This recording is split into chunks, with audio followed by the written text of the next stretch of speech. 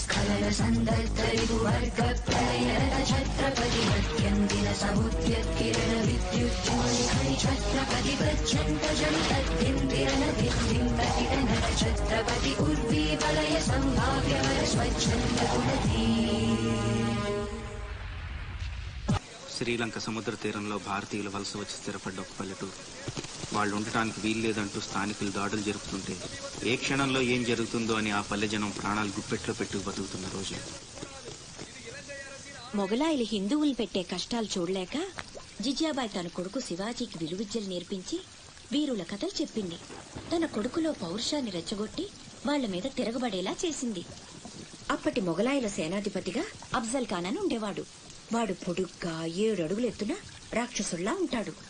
వాడు కూడా శివాజీని ఏం చేయలేకపోయాడు. అందుకని సంధికని పిలిచి కౌగిలించుకున్నట్టు నటించి వీపులో కత్తితో పొడిచాడు. అమ్మో, శివాజీ చచ్చిపోయాడా? లేదురా, శివాజీకి ఉక్కు కవచం ఉంది. ఇనపగోళ్లతో అఫ్జల్ ఖాన్ గుండెని 2గా చీల్చేశాడు. అది చూసి జనం ఛత్రపతి ఛత్రపతి అని శివాజీని పొగిడారు. ఛత్రపతి అంటే ఏంటమ్మా? తన కోసం తను బతికేవాడు మనిషి, నలుగురు కోసం బతికేవాడు ఛత్రపతి. తర్వాత ఏమైందమ్మా? తననంత వాణ్ణి చేసిన తల్లి కోసం శివాజీ పెద్ద కోట కట్టించి బంగారు ఉయ్యాలు చేయించి అమ్మను బాగా చూసుకున్నాడు. నేను కూడా పెద్దయ్యాక నీకోసం పెద్ద మేడ కట్టిస్తానమ్మా. నీకు ఈ కష్టాలు ఏవీ లేకుండా చేస్తాను. నేను మహారాణిలా చూసుకుంటానమ్మా.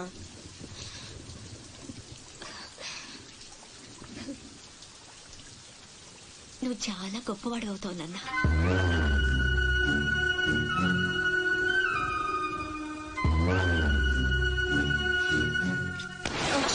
నువ్వేంట్రా మామకి ఇల్లు కట్టించేది? పోయి మీ అమ్మ కట్టించుకో. అశోక్, ఏమిట్రా మాటలు? అందరూ అంటున్నారు వాళ్ళమ్మ చచ్చిపోతే నాన్నకి నిన్నిచ్చి పెళ్లి చేశారంట. అంటే నేను ఒక్కడనే గాని కొడుకుని, వాడు వాళ్ళమ్మ కొడుకు. తప్పు నాన్న. రామలక్ష్మణులు కూడా ఒక తల్లి బిడ్డలు కాదురా. అన్నదమ్ములంటే వాళ్ల గురించే చెప్పుకుంటారు. మీరు కూడా అలాగే కలిసి ఉండాలిరా. మీరిద్దరూ దెబ్బలాడుకుంటుంటే నేను భరించలేనురా. అది నాకు చావు కన్నా పెద్ద శిక్ష.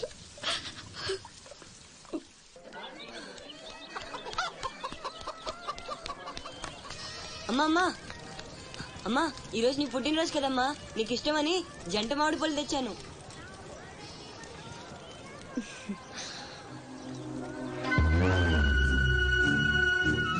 అమ్మ కోరికలన్నీ నీకే తెలుసురా. పండు చాలా బాగుందన్నా. ఎక్కడి నుంచి తెచ్చావు? సత్తన్న తోటలో దొంగతనం చేసి తెచ్చాడు. ఏరా, దొంగతనం చేసావా? లేదమ్మా. అబద్ధం చెప్తున్నాడమ్మా. ఇందాక బడేకి కొట్టి దొంగతనానికి వెళ్ళాడు. కావాలంటే ఒట్టేసి చెప్పమను. ఒట్టేసి చెప్పరా.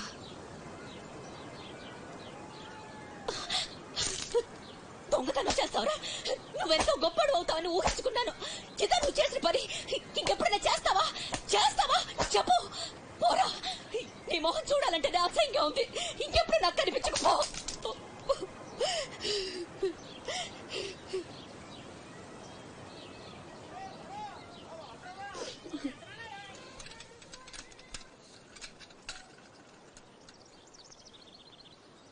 పుల్లయ్యగాడు ఊరగాయకు వందకాయ అడిగాడు, ఇచ్చావా? ఇచ్చాను. సత్తన్న, ఏంటమ్మా?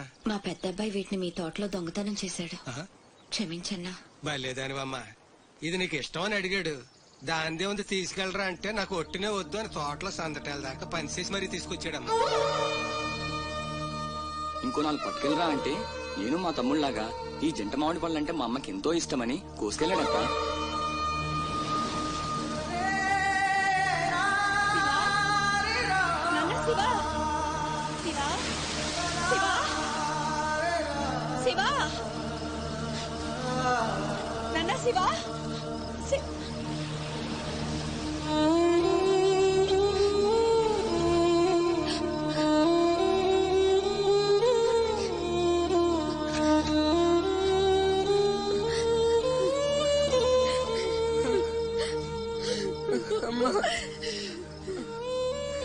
ఎందుకు నాన్న నిజం దాచావు? ఒట్టేమన్నప్పుడైనా ఎందుకు చెప్పలేదురా? ఒట్టేసి ఒక మాట, వేయకుండా ఒక మాట చెప్పనమ్మా.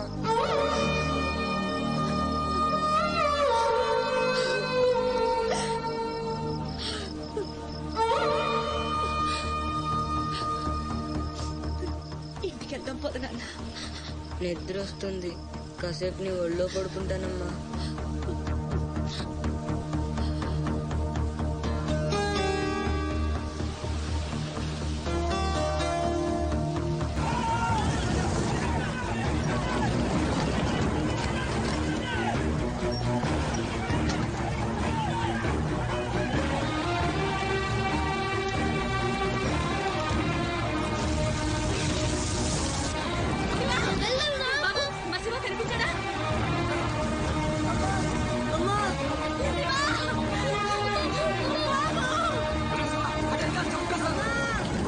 మా అమ్మ తమ్ముడు కనిపించట్లేదన్నా. మీ అమ్మ తమ్ముడు ఏదో పడవ ఎక్కే ఉంటారా, నువ్వు ఎక్కరా.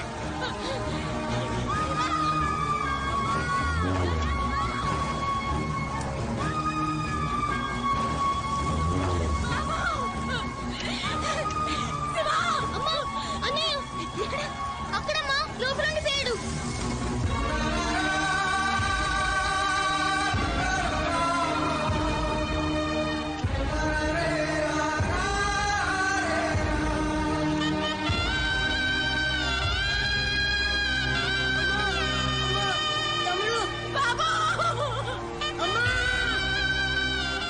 దూకితే చచ్చిపోతావరా, వెనక్కలు ఏదో పడవలో వస్తారా.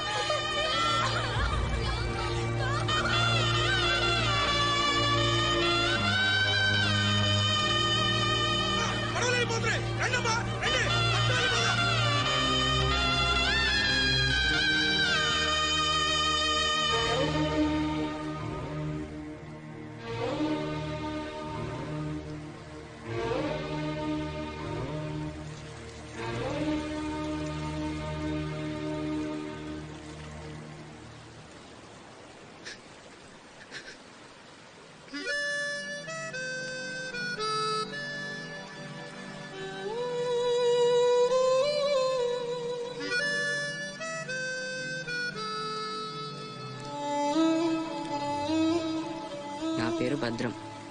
శివాజీ.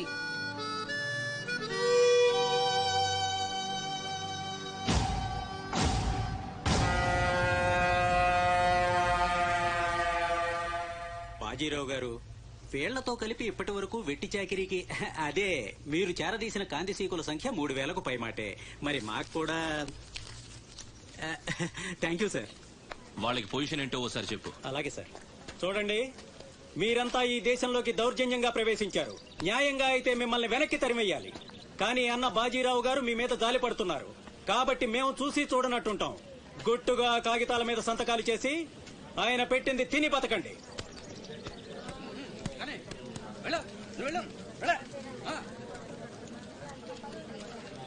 తెల్ల కాగితాల మీద సంతకాలు ఏంటండి? ఇదంతా మోసం. మాకు తెలిసా మాత్రం మేము చదువుకున్నాం. ఇక్కడ కాకపోతే బయట ఎక్కడో పని చేసుకు బతుకుతాం. మేము సంతకాలు పెట్టమండి.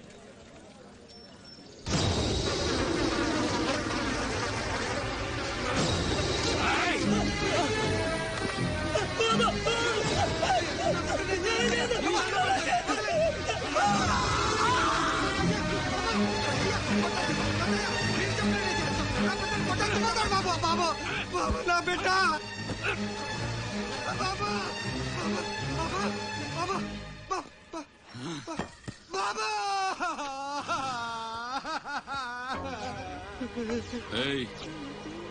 చూశారుగా, ఎదురు తిరిగినోడు చావడు, వాడి వెనకున్నోడు చేస్తాడు.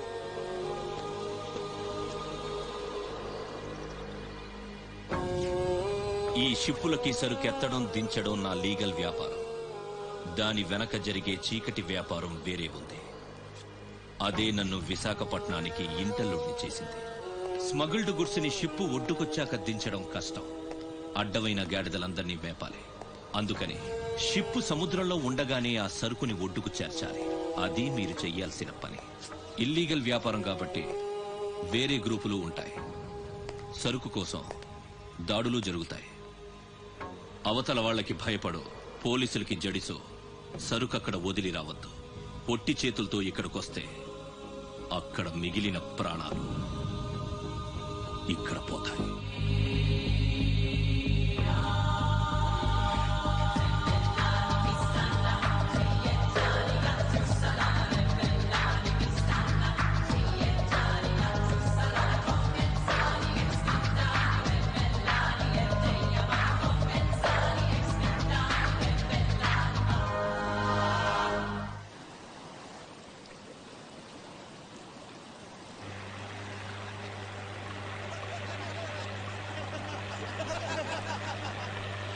ఇంతకీ ఆడు చచ్చుంటాడా బతికుంటాడా? వాడు చచ్చే ఉంటాడన్నా. ఇంతసేపు ఎక్కడ బతుకుతాడన్నా? ఇంకేం బతుకుతాడు, ఖచ్చితంగా చచ్చే ఉంటాడు. అయితే పందెం. వాడు చచ్చే ఉంటాడని నా పందెం 500 అన్నా. నా పందెం 800 అన్నా. 1000 రూపాయలు నా పందెం. నా పందెం 1200. నాది 1500 అన్నా. ఖచ్చితంగా బతికుంటాడని నా పందెం 2000. రేయ్ లాగండ్రా.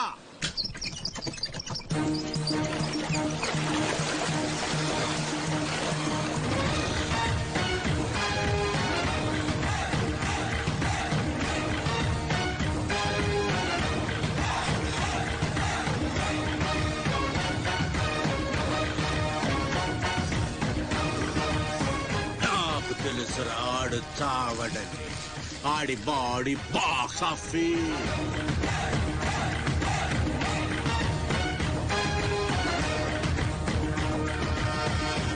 చిప్పులోంచి సరుకు దించారని తెలిసింది. మేమొచ్చేసరికి దాన్ని మాయం చేశాం. నడిసంద్రంలో అది ఎలా కుదిరింది?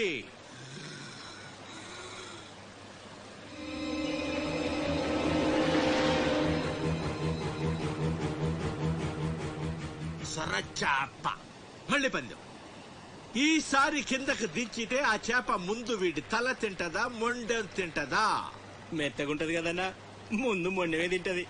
యాదవ్వా, ఆ చేపకు ఏ మాత్రం బుర్రున్నా ఈడి గ్లామర్ చూసి ముందు తల తినేస్తది. దించడమ్మా, దించండి. చెప్తున్నాడు రా, చెప్పేస్తున్నాడు రా. చెప్తాడన్నా. చెప్పమ్మా. ఇప్పుడే వదిలే, నీ ఒక్కడి కాళ్ళు ఎర్రకొడతా. ఇంకా లేట్ అయిందంటే మీ అందరి కాళ్ళు ఇరిగిపోతాయి.